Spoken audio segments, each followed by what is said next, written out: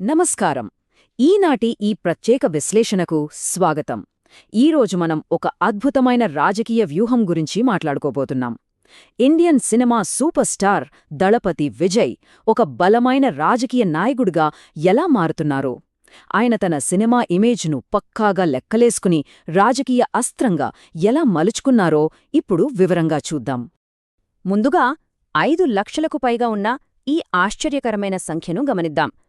October 2024లో తమిళనాడులో జరిగిన ఒక భారీ బహిరంగ సభకు పోటెత్తిన జనసందోహం ఇది. తన కెరియర్ అత్యున్నత శిఖరాల్లో ఉన్నప్పుడు 100 కోట్ల మార్కెటున్న సినిమా రంగాన్ని వదిలేసి ఆ సూపర్ స్టార్ వేసిన ఈ అడుగు నిజంగానే ఒక సంచలనం. అయితే ఇక్కడే ఒక చాలా ఆసక్తికరమైన ప్రశ్న తలెత్తుతుంది. 50 ఏళ్లుగా కేవలం 2 పార్టీల చేతుల్లోనే బలంగా పాతుకుపోయిన ఒక రాజకీయ వ్యవస్థలోకి అసలు బయటనుంచి వచ్చిన ఒక వ్యక్తి ఎలా ప్రవేశించగలడు? ఇది మాటలంతా సులభమైన విషయం కాదు కదా. ఆ సవాలు ఎంత పెద్దదో అర్థం చేసుకోవాలంటే ఈ పరిస్థితిని చూడాలి. ఒకవైపు ముఖ్యమంత్రి ఎంకే స్టాలిన్ నాయకత్వంలోని అధికార డీఎంకే పార్టీ, మరొకవైపు జయలలిత లాంటి దిగ్గజాలు నిర్మించిన బలమైన అన్నాడీఎంకే. ఇలాంటి 2 భారీ పార్టీలు శాసిస్తున్న తమిళనాడులో కేవలం ప్రజాదరణ మాత్రమే ఉంటే సరిపోదు. ఆ కోటలు బద్దలు కొట్టడానికి ఒక అద్భుతమైన వ్యూహం కావాలి. మరి ఆ మాస్టర్ ప్లాన్ ఎలా సాగిందో అర్థం చేసుకోవడానికి 15 ఏళ్లుగా నడిచిన ఈ పరోక్ష ప్రచారాన్ని మనం 5 దశలుగా విభజించి చూద్దాం. కఠినమైన రాజకీయ ముఖచిత్రం, రక్షకుడి ఇమేజ్, షాడో క్యాంపెయిన్, వాస్తవాల కలయిక, అలాగే 2024 రాజకీయ ఆరంగేట్రం. ఇందులో మొదటి దశగా కఠినమైన రాజకీయ ముఖచిత్రం గురించి మాట్లాడుకుందాం. తమిళనాడు రాజకీయాలు ఎంత సంక్లిష్టమైన వాతావరణాన్ని కలిగి ఉన్నాయో ముందుగా తెలుసుకోవడం చాలా అవసరం. తమిళనాడు రాజకీయాల్లోకి అడుగుపెట్టాలంటే పటిష్టమైన ప్రభుత్వ యంత్రాంగమైనా ఉండాలి, లేదా బలమైన చారిత్రక నేపథ్యమైనా ఉండాలి. ఇవి రెండూ లేకుండా బయటి వ్యక్తులు అక్కడ నిలదొక్కుకోవడం దాదాపు అసాధ్యం. దానికి దీర్ఘకాలికమైన పకడ్బందీ ప్రణాళిక తప్పనిసరి అని చెప్పాలి. ఇక రెండవ దశ విషయానికొస్తే అదే రక్షకుడి ఇమేజ్ నిర్మాణం. దశాబ్దాల కాలంలో ఆ సూపర్ స్టార్ తన పబ్లిక్ ఇమేజ్ను ఒక పద్ధతి ప్రకారం ఉద్దేశపూర్వకంగా ఎలా మార్చుకున్నారో ఇప్పుడు గమనిద్దాం. ఈ టైంలైను ఒకసారి గమనిస్తే ఒక ఆసక్తికరమైన విషయం అర్థమవుతుంది. 1990లలో రొమాంటిక్ హీరో అయిన ఇళయ దళపతి స్థాయి నుండి 2000ల నాటికి సిస్టంలోని అవినీతిపై పోరాడే అన్నా అంటే ఒక రక్షకుడి పాత్రకు ఆయన ఇమేజ్ ఎలా మారుతూ వచ్చిందో ఇక్కడ స్పష్టంగా కనిపిస్తుంది. ఇక ఆఫ్ స్క్రీన్ విషయానికొస్తే ఆయన చాలా రిజర్వ్డ్గా ఉండేవారు. తన 2 ఏళ్ల చెల్లెలు విద్య చనిపోవడం ఆయనపై తీవ్ర ప్రభావం చూపింది. అయితే ఆయన మౌనాన్ని, ఆ నిశ్శబ్ద స్వభావాన్ని అభిమానులు ఆయన ఆంతరింగ బలానికి నిదర్శనంగా భావించారు.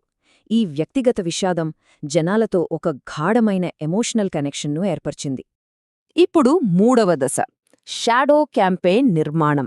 కేవలం హీరో మీద ఉన్న అభిమానం కాస్త క్రమంగా ఒక ఆచరణాత్మక రాజకీయ యంత్రాంగంగా ఎలా మారిందో ఇక్కడ మనం లోతుగా విశ్లేషిద్దాం. నిజానికి ఈ ప్రయాణంలో 2009వ సంవత్సరం చాలా కీలకం. అప్పటి వరకు విడివిడిగా ఉన్న అభిమాన సంఘాలన్నింటినీ ఏకం చేసి విజయ్ మక్కల్ ఇయక్కం అనే ఒకే సామాజిక సంక్షేమ సంస్థగా మార్చారు. రాజకీయ వ్యవస్థల కంటపడకుండా, ఎలాంటి అధికారిక నిఘా లేకుండా సినిమా అభిమానాన్ని ఒక సంస్థాగత రూపంలోకి తీసుకురావటం నిజంగా ఒక అద్భుతమైన వ్యూహం. వారు చేపట్టిన ప్రధాన కార్యక్రమాలు చూస్తే విపత్తుల సమయాల్లో సహాయం చేయడం, విద్యా కార్యక్రమాలు నిర్వహించడం, అలాగే ఆహార పంపిణీ నెట్వర్కులు ఏర్పాటు చేయడం. ఇవన్నీ ఒక స్వచ్ఛంద సంస్థ ముసుగులో జరుగుతున్నప్పటికీ క్షేత్రస్థాయిలో ఇవి ఖచ్చితంగా ఒక వార్డు స్థాయి రాజకీయ యంత్రాంగంలాగానే పనిచేశాయి. మరి 4వ దశను పరిశీలిస్తే కల్పన, వాస్తవాల కలయిక. ఒక సినిమా హీరోకి, నిజజీవిత ప్రజాసేవకుడికి మధ్య ఉన్న గీతలను వ్యూహాత్మకంగా ఎలా చెరిపేశారో ఇప్పుడు చూద్దాం. ఆయన వేసిన ప్రతి అడుగూ ఎంతో వ్యూహాత్మకం. తన సినిమాల్లో ప్రభుత్వ విధానాలపై విమర్శలు చేయటం దగ్గరనుంచి, రాష్ట్రంలో జరిగే నిరసనల్లో ఎవరికీ తెలియకుండా పాల్గొనటం, అలాగే మీడియాను పూర్తిగా పక్కనపెట్టి నేరుగా విద్యార్థులతో సమావేశమై వారికి మార్గనిర్దేశం చేయటం వరకు ప్రతి చర్య ఆయనకో బలమైన గుర్తింపును తీసుకొచ్చాయి. దీనికి ఉదాహరణే 2021 రాష్ట్ర ఎన్నికల సమయంలో విజయ్ సైకిల్ మీద పోలింగ్ బూతుకు రావడం. ఇది కేవలం ఒక సాధారణ చర్య కాదు. అప్పట్లో విపరీతంగా పెరుగుతున్న ఇంధన ధరలకు వ్యతిరేకంగా చేసిన ఒక మౌన నిరసనగా ఇది విస్తృతంగా చర్చించబడింది. ఆన్ స్క్రీన్లో రక్షకుడిగా ఉన్న ఆయన ఇమేజ్ను ఆఫ్ స్క్రీన్లో సామాన్యుడి పక్షాన నిలబడే వ్యక్తిగా ఈ ఒక్క చర్య మరింతగా బలపరిచింది. ఇక చివరగా 5వ దశ, అదే 2024 రాజకీయ అరంగేత్రం. దాదాపు 15 ఏళ్లపాటు జరిగిన నిరంతర శ్రమ ఒకే వేదిక మీద ఎలా ప్రతిఫలించిందో ఇప్పుడు చూద్దాం. అక్టోబర్ 2024లో టీవీకే రాజకీయ పార్టీ అధికారికంగా ప్రారంభమైంది. దీని ద్వారా ఆయన భారీ సినిమా శకానికి ఒక ముగింపు పలికినట్లయింది. ఇక్కడితో పూర్తిస్థాయి రాజకీయ ప్రవేశానికి పునాది పడింది. కానీ ఆసక్తికరంగా ఆ ప్రారంభ సభలో ఆయన ప్రసంగం సాధారణ రాజకీయ నాయకుల మాటల్లా అస్సలు లేదు. రాజకీయ విమర్శలకు బదులుగా ఆయన ఒక బలమైన భావోద్వేగాన్ని ఆశ్రయించారు. చిన్నతనంలో తన సొంత చెల్లెలు విద్యను కోల్పోయిన నాటి వ్యక్తిగత విషాదాన్ని, రాష్ట్రం మొత్తాన్ని కలచివేసిన మరొక విషాదంతో ఆయన ముడిపెట్టారు. అదే 2017లో జరిగిన సంఘటన. కేంద్రం తీసుకొచ్చిన నీట్ పరీక్షల విధానం కారణంగా తీవ్రంగా నష్టపోయి ప్రాణాలు వదిలిన 17ఏళ్ల విద్యార్థిని అనీతా మరణం రాష్ట్రవ్యాప్తంగా అప్పట్లో తీవ్ర ఆగ్రహానికి దారితీసింది.